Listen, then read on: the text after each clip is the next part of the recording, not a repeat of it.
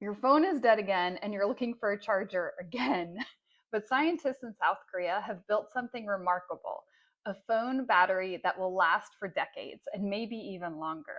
It's not just hype, but it's a prototype. In March 2020, the researchers in Degao Gyeongbuk Institute of Science and Technology revealed a really new nuclear battery that uses radiocarbon or carbon 14, a form of radioactivity that emits only beta particles. And so they built a finger-sized betavoltaic cell that powers LED lights in their demos. Unlike chemical batteries, it doesn't charge. It continuously generates electricity by converting radioactive decay into electrical current. And so the difference between this nuclear battery and a regular lithium battery is that a regular lithium-ion battery stores and releases chemical energy, and this degrades after many cycles.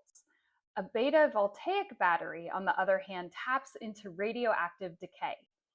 So the radiocarbon spontaneously emits beta particles, and these particles strike a semiconductor, in this case titanium dioxide that's coated with a ruthenium-based dye, which converts that energy into electricity.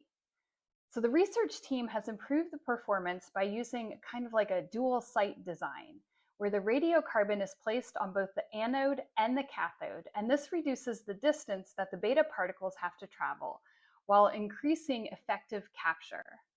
And they found that their efficiency achieved about 2.86% better than earlier designs, where they only achieved about 0.5%. So that said, even at this 2.86%, the absolute power output remains very low for now.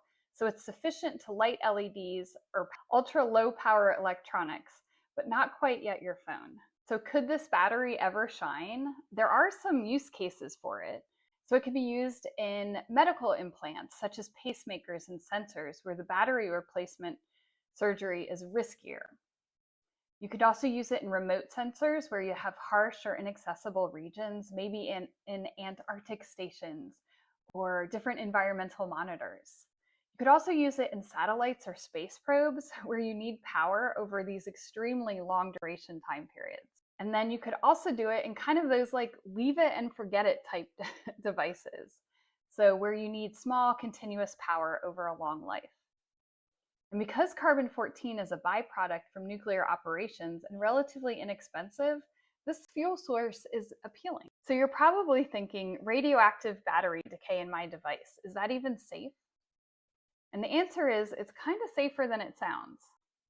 So carbon-14 emits beta particles, which are low penetration radiation and are relatively easy to shield. So you can just use a thin aluminum layer that can block them.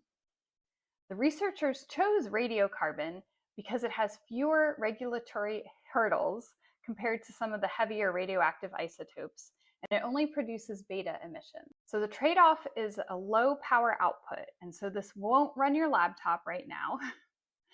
And it probably has a lot of different portable devices that we can't use it in currently, but someday.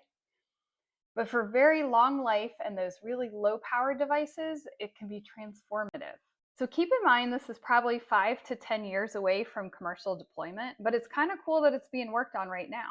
And the fact that a functioning prototype exists is really interesting to me, that we can convert radioactive decay into continuous electricity. So next time your battery dies, remember that in the future, someday, we may not need to actually replace it. And we may have devices that don't need charging at all. What do you think? Would you trust this in some of your devices? Let me know.